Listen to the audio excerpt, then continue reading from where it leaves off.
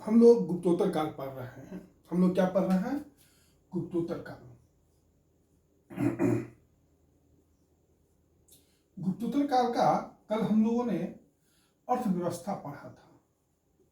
क्या पढ़ा था? अर्थव्यवस्था पढ़ा था। अर्थव्यवस्था में हम लोगों ने भूमि पढ़ा था। देखिए, भूमि का जो है इस काल का, गुप्तोत्तर का, गुप्त काल का एक स्मृति है। मैंने चर्चा किया था, नारद स्मृति। उसके अनुसार भूमि के कुछ प्रकार बताए गए हैं। जैसे खिल्ल भूमि,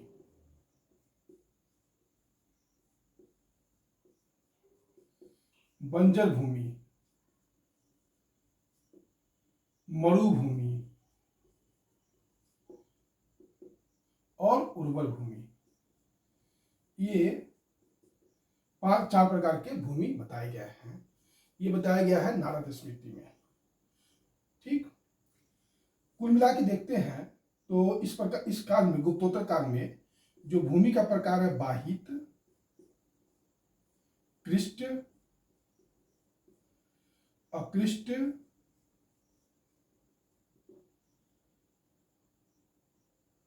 ऊसर,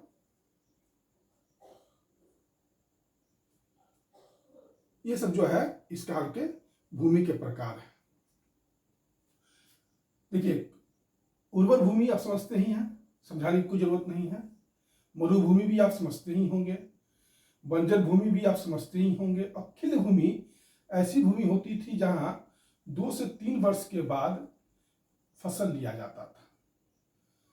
कृष्ट, जहां खेती हो सकता है, खेती हो सकता है। अकृष्ट, जहां खेती नहीं हो सकता है। ऊसर समझते ही हैं। और एक होता था शाक्त भूमि। शाक्त जो होती थी व्यक्तिगत भूमि होता था, व्यक्तिगत भूमि होता था। ऊसर का अर्थ हुआ बंजर भूमि ही, जहाँ खेती संभव नहीं है। और बाहित, जहाँ फसल रोपा गया होगा। बाहित ऐसी भूमि होती थी जहाँ फसल रोपा गया। मेरे कहने का अर्थ है कि भूमि के प्रकार नारद स्मृति में दिया हुआ है। उर्वर भूमि, बंजर भूमि, खिल्ल भूमि और मरुभूमि। मरुभूमि का अर्थ हो गया रेगिस्तानी भूमि। उर्वर में जहाँ खेती काफी अच्छा से होता हो, बंजर में जहाँ खेती संभव नहीं है, और खिल्ल में 2 से 3 वर्षों के बाद हम फसल देते हैं। बाहित ऐसी भूमि कहलाती थी जहाँ फसल रोपा जाता था। कृष्ट ऐसी भूमि थी जहाँ खेती संभव था। अकृष्ट में खेती संभव ही नहीं था। और ऊसर बंजर भूमि को कहते थे। शाक्त जो है व्यक्तिगत भूमि को कहते थे। ये सब आपसे हो सकता है कि पूछ लिया जाए कि भाई कृष्ट कैसी भूमि थी, तो ये आपको वहां पर बताना पड़ेगा।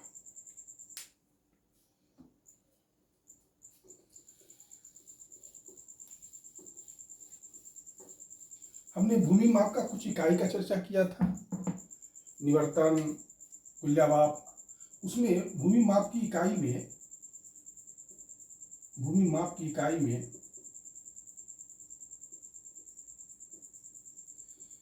पतिका हल,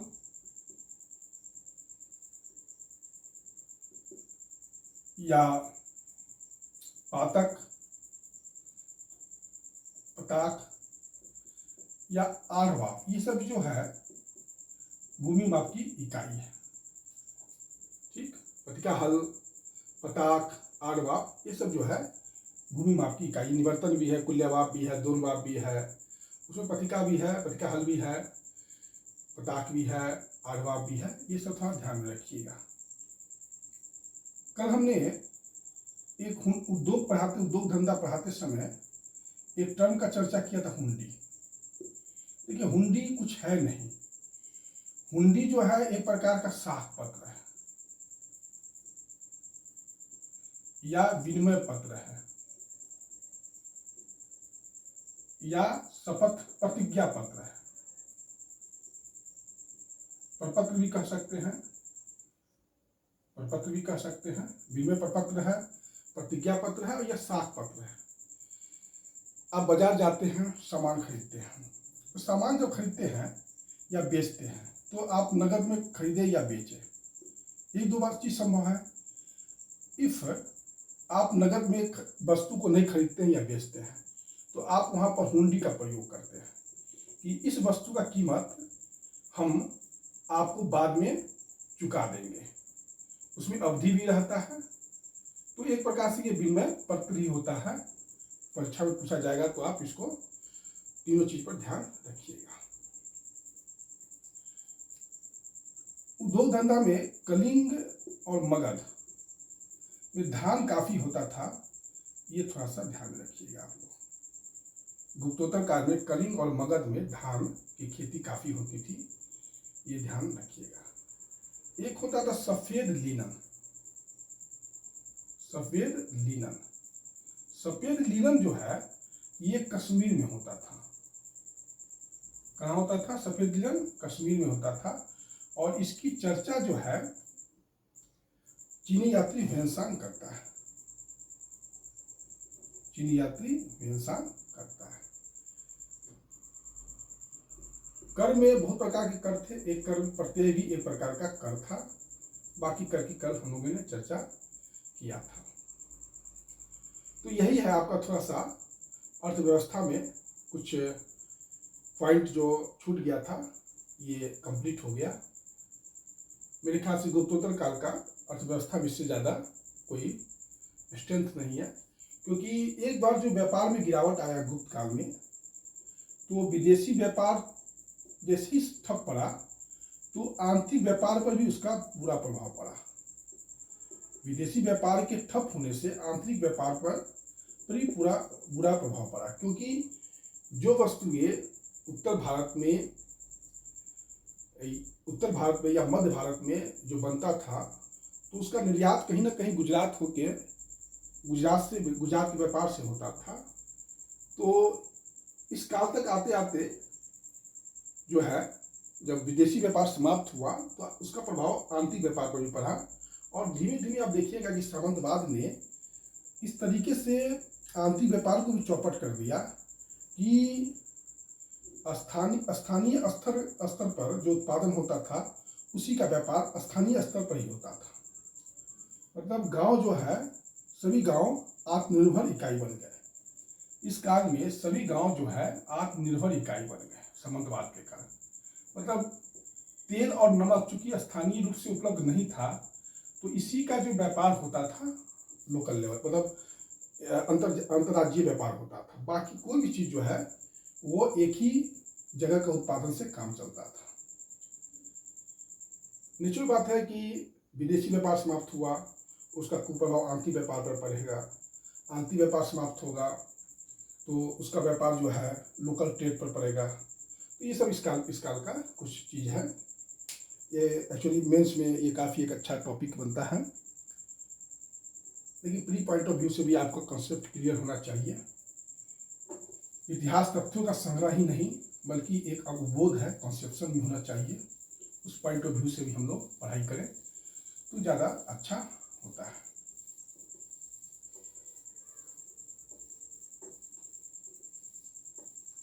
अब हम लोग समाज पढ़ें। गुप्तोत्तर काल का समाज, गुप्तोत्तर काल का समाज कैसा था? तो समाज में दो चीज है कि जाति प्रथा काफी कठोर हो गया। जाति प्रथा काफी कठोर इस समय में देखने को मिलता है। और दूसरा जो इम्पोर्टेंट चेंजिंग आया कि जो विदेशी जाति आई उसको भारतीय समाज में शामिल कर लिया गया। भारतीय समाज में शामिल कर लिया गया। ये सब कुछ इम्पोर्टेंट आप कह सकते हैं कि इस काल गुप्तोत्तर काल के सामाजिक व्यवस्था का गुण है या परिवर्तन है। देखिए, समाज में हमेशा चार ही वर्ण थे। समाज में हमेशा चार ही वर्ण थे। चार वर्ण में कौन थे? तो ब्राह्मण, क्षत्रिय, वैश्य और शूद्र। ये चार वर्ण के लोग थे। ब्राह्मण का समाज पर एक तरह से कह सकते हैं कि विशेषाधिकार था।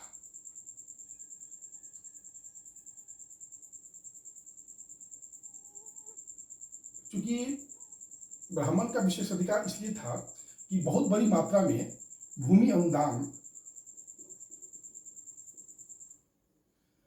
रियायती दर पर राजाओं ने ब्राह्मणों को अनुदान में दिया। तो एक सामंत वर्ग का वहां पर ब्राह्मण सामंत का आप कह सकते हैं कि काफी वर्चस्व हो गया। तो इसलिए ब्राह्मण का समाज पर इस काल में काफी विशेषाधिकार था। क्षत्रिय जो है अब राजपूत हो गए। तो ब्राह्मण का कहना था कि ये तो अब क्षत्रिय रह नहीं गए समाज में, ये तो अब राजपूत हो गए। और चूंकि वर्ण तो क्षत्रिय था, तो क्षत्रिय कन्वर्ट हो गया राजपूत में, तो ब्राह्मणों ने जो है राजपूत का मतलब एक तरह से कह सकते हैं कि सामाजिक रूप से नीचा करने का कोशिश किया। लेकिन एक यह भी सच था कि राजपूत ने राजाओं ने काफी प्रभुत मात्रा में भूमि अनुदान रियायती दर पर ब्राह्मणों को दिया। राजस्थान में एक रिसर्च हुआ हाल के वर्षों में, तो वहाँ पर कुछ ब्राह्मण वैश्य और कुछ सैनिक जाके बसे थे एक क्षेत्र में। तो बाद में वहाँ पर पाया गया कि वहाँ की जो स्थानीय जनता भी थी, जैसे कुछ शूद्र थे, तो वो भी जो है बाद में उसमें से कुछ शूद्र जो है क्षत्रिय का दर्जा प्राप्त कर लिए, राजपूत का दर्जा प्राप्त कर लिए। बाकी तो शूद्र ही रह गए, अधिकांश तो शूद्र ही रह गए, लेकिन कुछ जो है राजपूतों का दर्जा प्राप्त कर लिए, जो सैनिक जिसमें गुण था। तो देखिए, ये जो ब्राह्मण क्षत्रिय वैश्य शूद्र का डिवीजन है, ये बहुत हार्ड नहीं है। बहुत से ऐसा रिसर्च हुआ है जहाँ देखा गया है कि शूद्र भी जो है ब्राह्मण बन गए। जैसे राजस्थान में ही पुष्कर क्षेत्र के जो ब्राह्मण हैं, उनके बारे में कहा जाता है कि शूद्र हैं। बहुत सा ऐसा रिसर्च हुआ है ना। खैर, ये सब एक अलग टॉपिक है। क्षत्रिय जो है राजपूत जो है इस समय हो गए, और इसी समय महाभारत भी राजपूत का उदय तो मैंने पढ़ा दिया है। महाभारत भी जो है सूर्यवंशी राजपूत की बात करता है या चंद्रवंशी राजपूत की बात करता है, ये महाभारत में भी है। और महाभारत में राजपूत का कुल 36 कुल है। और ये समय आज मैंने आपको पहले भी बताया था कि 800 से 1200 का जो काल है, एडी का जो काल है, ये राजपूत काल है। विंसेंट स्मिथ ने इसे राजपूत काल कहा है। तो जो भी राजपूतों का ही देन है, लेकिन ब्राह्मण शास्त्रीय रूप से अपने आप को यहाँ पर नंबर 1 ही मानते हैं। सबसे बड़ा चीज हुआ कि वैश्य की स्थिति काफी गिर गई। वैश्य की स्थिति इसलिए गिर गई कि व्यापार जो है, व्यापार वाणिज्य अब लगभग समाप्त हो गया। और व्यापार वाणिज्य समाप्त ही नहीं हुआ, बल्कि वह स्थानीय स्तर पर सीमित हो गया। और वैश्य को कहा गया कि कुसीद वृत्ति करते हैं, कुसीद वृत्ति करते हैं। कुसीद वृत्ति का अर्थ यह हुआ कि यह उधार जो है किसी को देते थे, उसके बदले में सूद लेते थे। लेकिन फिर भी वैश्य एक प्रमुख वर्ग रहा होगा, क्योंकि स्थिति खराब हुआ था, लेकिन फिर भी देखा जाए तो बहुत ज़्यादा गिरावट नहीं आया होगा। लेकिन फिर भी जो उस काल के जो एक विदेशी अरब यात्री थे अल-बरूनी, वो कहते हैं कि वैश्य और शूद्र में अब कोई अंतर नहीं रह गया। अल-बरूनी के अनुसार कि वैश्य और शूद्र में कोई अंतर नहीं रह गया। लेकिन फिर भी व्यापार स्थानीय स्तर पर भी होता था, कम मात्रा में ही सही, लेकिन उसका नियंत्रण कहीं ना कहीं व्यापार का नियंत्रण वैश्यों पर ही था। प्रतिहार अभिलेख में भी हमें तेली और माली आदि जातियों का वर्णन मिलता है। तो कहीं ना कहीं ये कहना कि वैश्य का आर्थिक स्थिति में गिरावट आया होगा व्यापार वाणिज्य का, लेकिन सामाजिक स्थिति पर बहुत ज़्यादा उसका प्रभाव नहीं पड़ा होगा। लेकिन अल-बरूनी का कहना है, जो अरब यात्री हैं, कि वैश्य और शूद्र में अब ज़्यादा फर्क नहीं रह गया। इस काल में सबसे इंपॉर्टेंट चीज है शूद्र। शूद्र जो है इस काल में सबसे ज्यादा संख्या में अगर किसी का था तो शूद्रों की संख्या थी। सबसे ज्यादा किसकी संख्या थी? शूद्र की संख्या थी। शूद्र की संख्या सबसे ज्यादा थी। और शूद्र की आर्थिक स्थिति में भी थोड़ा सा तरक्की हुआ, क्योंकि इनको कृषि का अधिकार मिल गया। कृषि करते थे शूद्र। एक ग्रंथ है याज्ञवल्क्य स्मृति, याज्ञवल्क्य स्मृति। तो उसमें यह वर्णन है कि ब्राह्मण जो है नाई, धोबी ये सब के साथ भोजन कर सकता है। तो कहीं ना कहीं ये जो समाज के जो चतुर्थ वर्ण थे वो नाई और धोबी, अगर यहाँ पर यह याज्ञवल्क्य स्मृति कहता है कि ब्राह्मण नाई और धोबी के साथ भोजन कर सकते हैं, तो कहीं ना कहीं यह स्पष्ट करता है कि शूद्रों की स्थिति में सुधार हुआ है। ऊपर की जो जातियां थी, जैसे ब्राह्मण हुए, क्षत्रिय हैं, वैश्य, ये द्विज जातियां थी, लेकिन क्षत्रियों को द्विज का अधिकार नहीं था, वैश्य शूद्र को द्विज नहीं था, जनेऊ पहनने का अधिकार नहीं था, लेकिन इनकी आर्थिक स्थिति कृषि के कारण शूद्रों का सुदृढ़ हुआ। शूद्र में कुछ वर्णसंकर जातियां भी थी, वर्णसंकर जातियां भी थी, और ये वर्णसंकर जाति अनुलोम विवाह और प्रतिलोम विवाह से आया, प्रतिलोम विवाह से आया।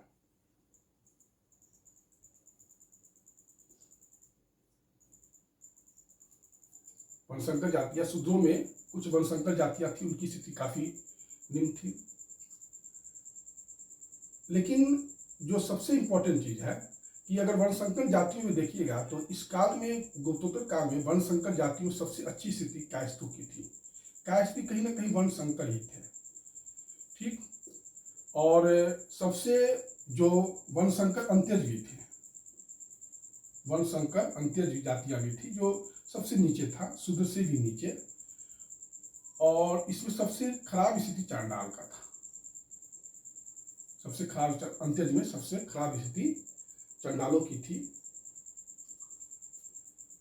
यही है आपका वर्णसंकर जातियों के बारे में। इसी समय दास प्रथा, तो इस काल में दास प्रथा काफी तेजी से फैला, लेकिन दासों की स्थिति में गिरावट आया। लेकिन गिरावट के बावजूद भी इनकी स्थिति शूद्र से नीचे तो था, लेकिन इन अंत्य जातियों से ऊपर था, इन अंत्य जाति से ऊपर था। अगर इस तरीके से देखा जाए तो समाज में कहीं ना कहीं ब्राह्मण, क्षत्रिय, वैश्य, शूद्र के बाद दास की ही स्थिति अच्छी थी, और उसके बाद अंत्य जो चंडाल हुए, मेहतर हुए, इन लोगों का स्थिति आएगा। तो यह हो गया आपका समाज में जो वर्ण व्यवस्था था, ब्राह्मण, क्षत्रिय, वैश्य और शूद्र के बारे में। लेकिन यह एक बात याद रखिएगा कि यह बहुत ही हार्ड डिवीजन नहीं था। गुप्तोत्तर काल में बहुत सारे ऐसे उदाहरण हैं जहां व्यक्ति अपने व्यक्तिगत पराक्रम के द्वारा जो है उच्च और निम्न जातियों में ऊपर नीचे जाता रहा है। इसलिए ये कहना कि ये हार्ड डिवीजन था सोसाइटी का, ऐसा नहीं है। अब है स्त्री की स्थिति, उमेश का स्त्री का स्थिति कैसा है। तो देखिए, सामंतवाद आया, तो सामंतवाद कहीं ना कहीं सबसे ज्यादा कुप्रभाव डाला तो स्त्रियों की स्थिति पर ही डाला। बाल विवाह,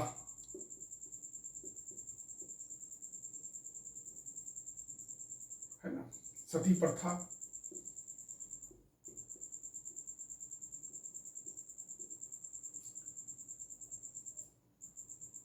मतलब लड़कियों की जो रसवला होती थी, चाहे 6 से 8 साल के बाद कभी भी शादी कर दी जाती थी। कब उनमें शादी कर दिया जाता था तो उसका दुष्प्रभाव होता था कि शिक्षा से वंचित हो जाती थी, शिक्षा से वो वंचित हो जाती थी। बाल विवाह था, सती प्रथा था, बहु विवाह था, एक से ज्यादा राजा जो है पत्नी रखते थे। तो ये सब इस काल में हमें देखने को मिलता है। सती प्रथा का आलोचना जो है वानभट्ट भी करता है और मेधातिथि भी करते हैं। ये दोनों जो हैं, वानभट्ट के बारे में जानते ही होंगे कौन है, और मेधातिथि इस जो है, ये जैसे मनु थे ना, हिंदू विधि निर्माता, उसी पे मेधातिथि भी थे। तो यह है महिलाओं की स्थिति के बारे में। यह है गुप्तोत्तर काल का समाज था। क्योंकि हम लोग पीटी पॉइंट ऑफ व्यू से पढ़ रहे हैं, इसलिए बहुत ज़्यादा डेप्थ में नहीं जाएंगे, और यहाँ से प्रश्न भी प्रायः नहीं आते हैं। लेकिन फिर भी मैं थोड़ा सा आपको इसलिए बता रहा हूँ क्योंकि इतिहास बहुत से विषयों को, जैसे निबंध का प्रश्न पत्र है, तो महिलाओं की स्थिति अगर लिखना हो तो आपके पास ये सब इनपुट होगा, तो आप अच्छा से लिख लीजिएगा। इसलिए मैं कभी कभी कुछ डेप्थ में पढ़ाता हूँ जाकर, या सोशल इशू जो है आपके मुख्य परीक्षा में एक जो फर्स्ट पेपर का पार्ट है, उससे भी आप यहाँ से भी बहुत हेल्प मिलता है। इसलिए मैं इस पाठ्यक्रम के हर पहलू को टच करता हूँ। वो प्रारंभिक परीक्षा के लिए उपयोगी हो या न हो, वह अंततः मुख्य परीक्षा, साक्षात्कार, निबंध, जो सारे आयाम हैं परीक्षा के, उसके पहलू को ध्यान में रखते हुए कभी कभी मैं प्री के जो डिमांड है उसके आगे बढ़कर आपको पढ़ाता हूँ। अब है धर्म। इस काल का धर्म क्या है? देखिए, धर्म में देखिएगा तो तंत्र मंत्र का इस समय में काफी प्रभाव पड़ा, और बौद्ध धर्म पर तंत्र मंत्र का सबसे ज्यादा प्रभाव पड़ा। इसलिए यहाँ पर देखिएगा बौद्ध धर्म में मंत्रयान आया, सहजयान आया, वज्रयान आया। ये सब कहीं ना कहीं तंत्र मंत्र का बौद्ध धर्म पर जो प्रभाव पड़ा वह इसका यहाँ भी तंत्र मंत्र है। बौद्ध धर्म काफी फला, हर्षवर्धन ने काफी इसको सपोर्ट किया, पाल शासक ने भी काफी सपोर्ट किया।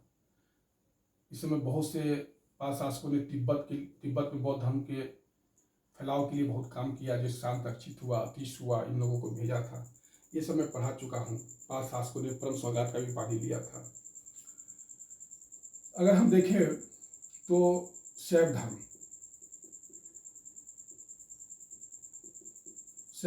जो है, पाशुपत हुआ, कापालिक हुआ। कापालिक जो है नरबली की प्रथा में काफी था। उसके बाद शैव अद्वैत हुआ, लिंगायत हुआ या अघोरी हुआ। ये सब शैव संप्रदाय थे और काफी इंपॉर्टेंट थे। वैष्णव धर्म की स्थिति देखिए तो इस समय महात्मा बुद्ध को जो है विष्णु का अवतार ही घोषित कर दिया गया। विष्णु का अवतार ही घोषित कर दिया गया।